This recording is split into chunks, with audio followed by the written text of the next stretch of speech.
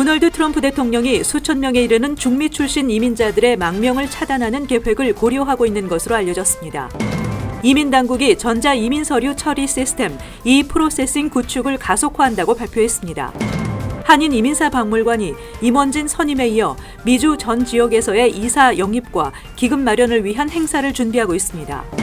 뉴욕에 이어 뉴저지도 2020 센서스 한인 추진위원장을 선출하고 본격적인 홍보 활동에 들어갑니다. 한국국세청이 다음 달 해외 금융계좌 신고 접수를 받습니다. 이상은 이 시각 주요 뉴스입니다. 시청자 여러분 안녕하십니까? KBN 뉴스입니다. 도널드 트럼프 대통령이 수천 명에 이르는 중미 출신 이민자들의 망명을 차단하는 계획을 고려하고 있는 것으로 알려졌습니다.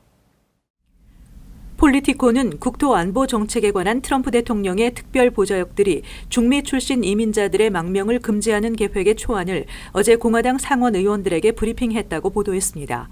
이 초안은 중미 출신 이민자들이 미국에 도착하기 전에 모국이 아닌 다른 나라를 통과했을 경우 망명 신청을 할 수 없도록 하는 내용을 담고 있습니다. 정책이 시행되면 멕시코를 거쳐 미국 국경에 도달한 수천 명의 중미 출신 캐러밴들에게는 미국 망명 신청 자격이 주어지지 않게 됩니다. 이 같은 계획은 트럼프 대통령이 오늘 오전 공군사관학교 졸업식 연설을 위해 백악관을 떠나기에 앞서 국경에 관한 매우 극적인 것을 할 예정이라고 언급한 것과 관련이 있는 것으로 보입니다. 이민 옹호 단체인 이미그레이션 허브는 폴리티코와의 인터뷰에서 다른 나라를 통해 오는 이민자들의 망명 신청을 억제하려는 것은 믿을 수 없을 정도로 극단적이라며 그것은 기본적으로 모든 중미 출신 이민자들이 미국으로 오는 것을 차단한다는 의미라고 지적했습니다.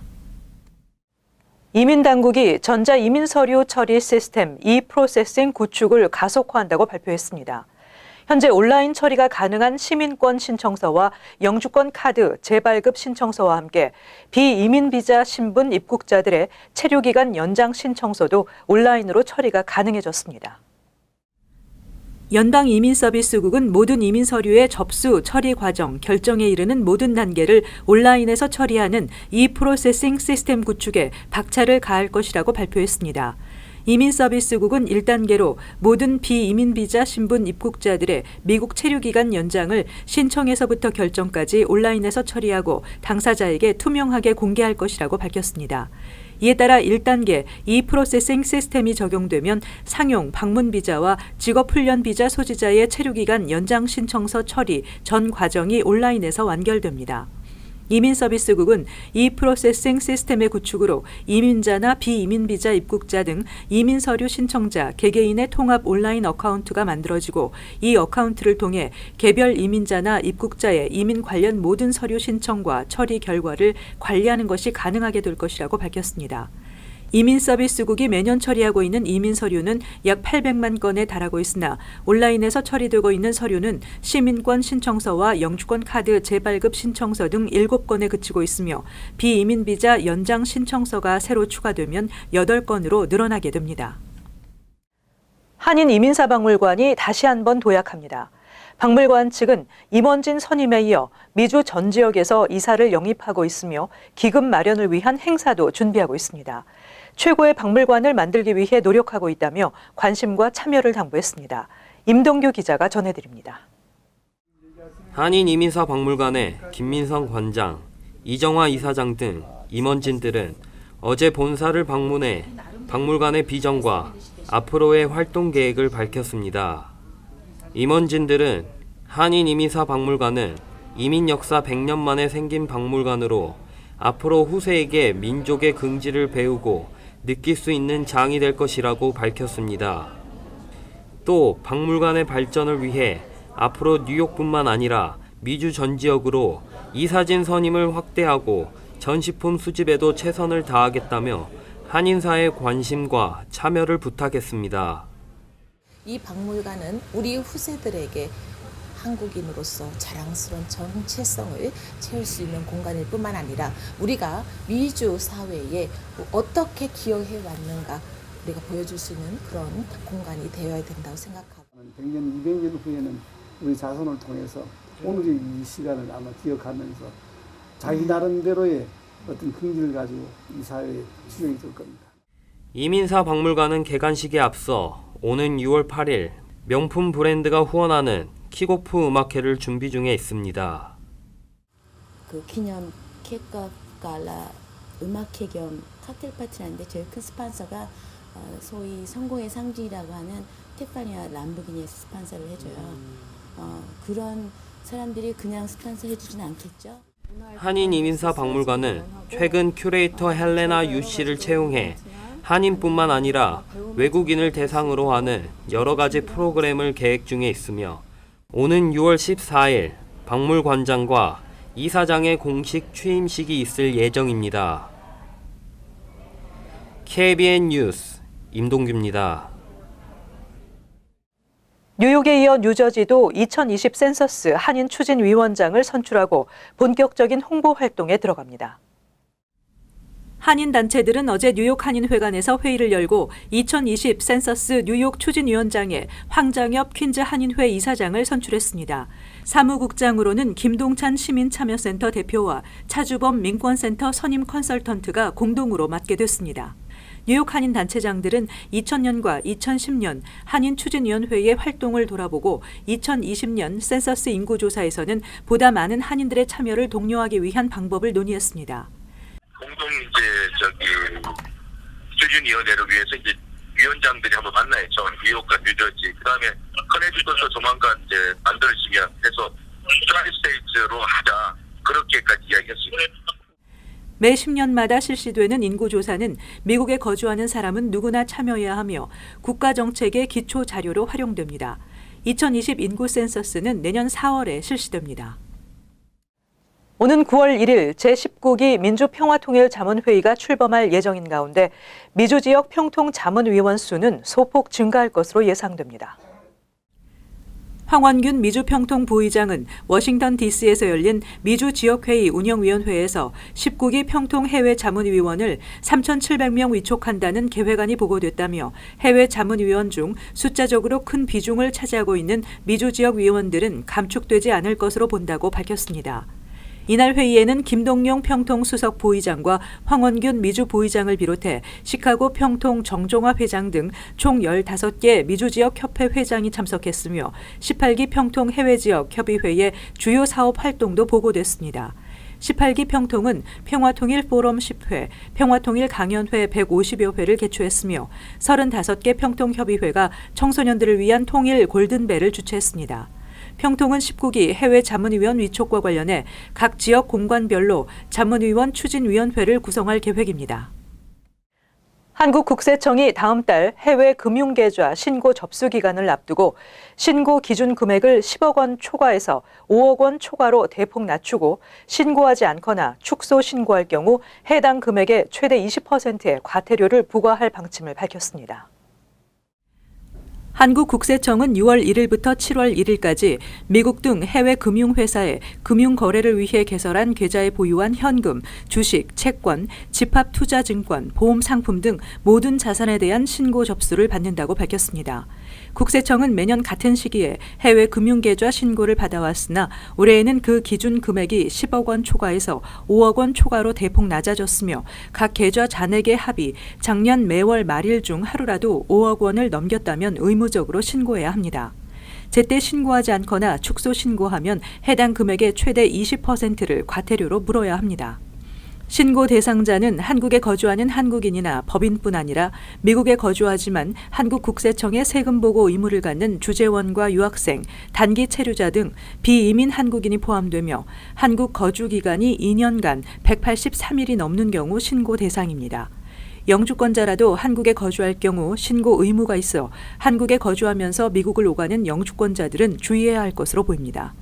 대상자는 해외 금융계좌 신고서를 작성해 기간 내 납세지 관할 세무서에 제출하거나 국세청 홈택스를 통해 전자 신고하면 됩니다. 미국에서 선거의 주도권이 젊은 세대로 넘어가고 있는 것으로 나타났습니다. 지난해 젊은 세대의 투표율이 사상 최고치를 기록한 바 있습니다. 퓨 리서치 센터가 센서스국의 자료를 분석한 결과 지난해 11월 선거에서 18세에서 53세 사이의 유권자들 중 6,220만 명이 투표에 참여했으며 이 수는 54세 이상의 기성세대 유권자 6,001만 명을 앞질렀습니다. 이 같은 현상은 이미 지난 2016년 대통령 선거에서도 나타난 바 있는데 이번 분석으로 미국 사회 전반에 걸쳐 주도적인 영향력을 행사했던 베이비 부머 세대의 퇴장 준비와 함께 X세대, 밀레니얼 세대, Z세대의 전성기가 서서히 시작됐음을 확인시켜주고 있습니다. 특히 밀레니얼 세대의 투표율은 크게 늘어 지난 2014년 전체 밀레니얼 세대 유권자 중 22%만 투표했던 것이 2018년에는 2배에 가까운 42%로 늘어난 것으로 파악됐습니다. Z세대 유권자 중에서는 30%가 투표에 참여했습니다. Z세대는 2000년대 초반부터 2010년대 초반 사이에 출생해 인터넷을 자연스럽게 접한 세대로 SNS를 통해 사교 생활을 하는 것이 특징입니다. 뉴욕시 교통 시스템을 현대화하기 위한 옴니 서비스가 내일부터 시행됩니다. 지하철 승객들은 앞으로 스마트폰이나 웨어러블 기기로 결제하고 지하철을 탈 수 있게 됩니다. 내일부터 뉴욕 지하철의 일부 역에서 애플페이, 구글페이, 삼성페이, 핏빗페이 등 비접촉식 신용카드와 디지털 지갑으로 결제하는 시범 서비스가 가동된다고 CNBC가 어제 보도했습니다. 시범 서비스는 우선 스태튼 아일랜드와 버스들과 지하철 4, 5, 6호선 일부 역에 도입됩니다. 뉴욕 메트로폴리탄 교통공사에 따르면 옴니로 명명된 이 시스템은 순차적으로 뉴욕시 전체로 확대돼 2020년에는 모든 버스 노선과 지하철역, 스태튼 아일랜드 기차역에 설치되며 2021년 초까지는 통근 기차로도 확대될 예정입니다. 스마트폰 결제나 디지털 지갑은 점차 사용처를 확대하며 인기를 끌고 있습니다. 애플에 따르면 런던과 밴쿠버, 포틀랜드의 대중교통 체계는 이미 애플페이로 결제할 수 있으며 골드만삭스와 제휴해 새로운 애플카드를 내놓겠다고 밝혔습니다. 무인 점포인 아마존고에서는 입장할 때 스마트폰을 스캔하면 나갈 때 결제 절차를 안 밟아도 자동으로 구매 품목이 계산됩니다. 최근 아시아 국가들에서 인기를 끌고 있는 전동 스쿠터, 모페드를 이용하는 사람들이 많아질 것으로 보입니다. 브루클린에 본사를 둔 스타트업 레벨은 어제 퀸즈와 브루클린에 1000대의 모페드를 투입해 본격적인 모페드 공유 사업을 시작했습니다. 모페드는 중국의 니우가 제작하며 최고 속력은 시속 30마일입니다. 모페드를 이용하려면 레벨 앱을 다운로드한 뒤 이용자의 운전면허증을 사진으로 찍어 업로드해야 하며 첫 이용 시 $19를 가입비로 내야 합니다. 이후부터는 이용할 때마다 최소 $1의 기본 임대료에 1분당 25센트를 내면 됩니다. 회사 측은 터널이나 다리를 건너지 못하며 고속도로에서도 탈 수 없도록 규정하고 있습니다. 레벨은 지난해 7월 브루클린의 부시윅과 윌리엄스버그, 그린포인트 등에서 제한적으로 시범 운영을 한 뒤 이번에 퀸즈 아스토리아, 브루클린 레드훅과 크라운 하이츠, 베드포드, 스타이브슨트 지역으로 확대했습니다. 뉴욕주 차량국에 따르면 뉴욕시 5개 보로에 등록된 모페드는 2,100대로 이 중 1,450대가 퀸즈와 브루클린에 있습니다. 한편 전문가들은 모페드로 인한 사고 운전자는 일반 모터사이클 사고와 마찬가지로 치명적일 수 있다고 경고하고 있습니다. 레벨은 모페드 임대 시 안전을 위해 헬멧을 제공할 방침입니다.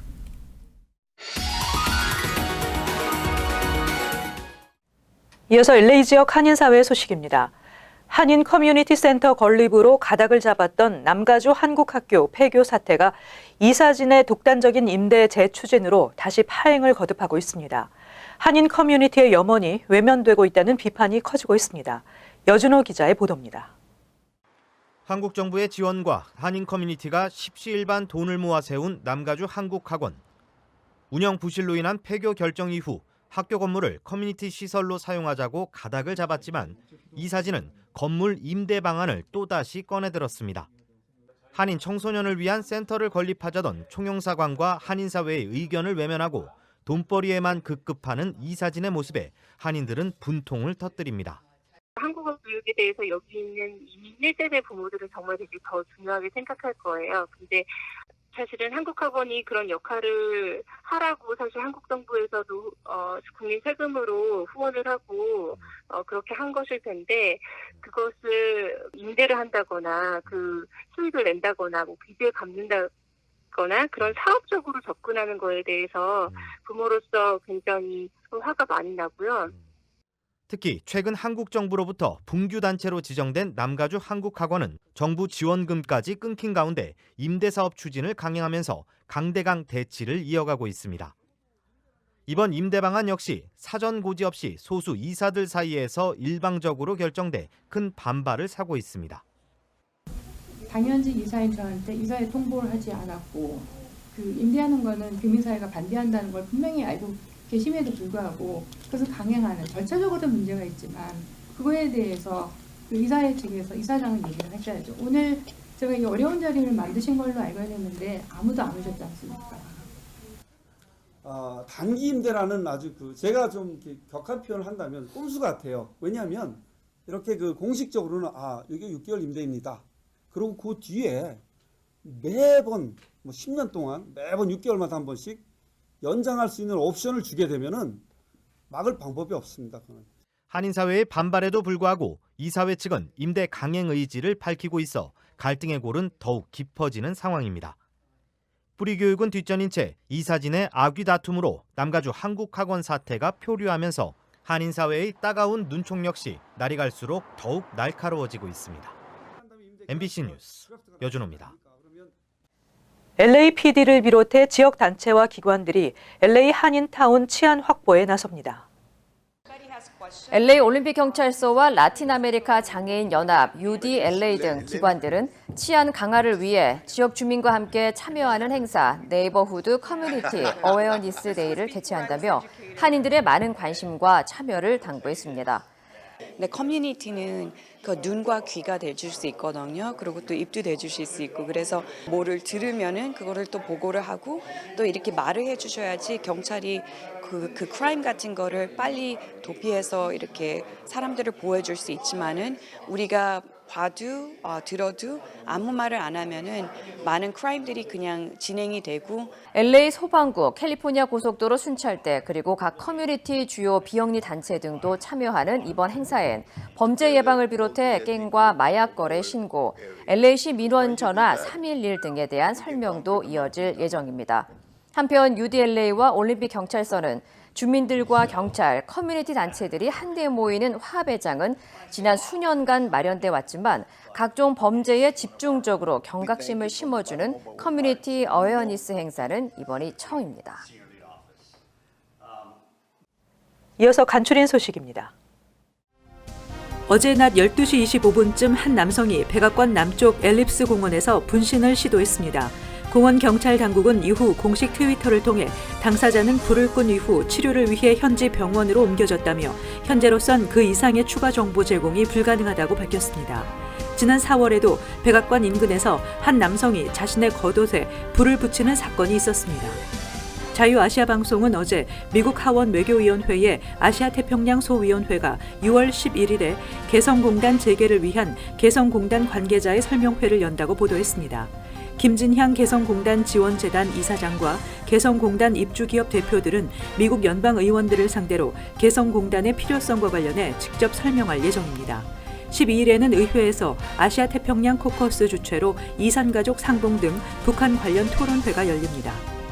연방이민국은 이번 달 멕시코 국경 근처에서 억류돼 있던 불법 체류자 235명을 뉴저지 버겐 카운티와 허드슨 카운티, 뉴욕주 오렌지 카운티에 위치한 교도소로 이송했다고 데일리 뉴스가 어제 보도했습니다. 이들은 현재 연방이민법원의 추방 판결을 기다리고 있습니다. 연방정부에 따르면 지난달에만 98,977명의 불법 체류자가 멕시코 국경 인근에서 체포됐으며 이 중 68%가 어린아이로 나타났습니다. 뉴욕시 교육국에 재직 중인 여성 3명이 리처드 교육감이 부임한 이후 자격이 되지 않는 유색 인종들이 승진을 하는 반면 자신들은 백인이라는 이유로 보직에서 강등됐다고 주장하며 리처드 카렌자 시 교육감을 상대로 소송을 제기했습니다.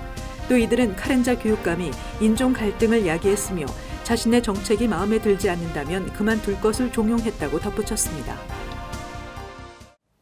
계속해서 환율과 증권 소식입니다.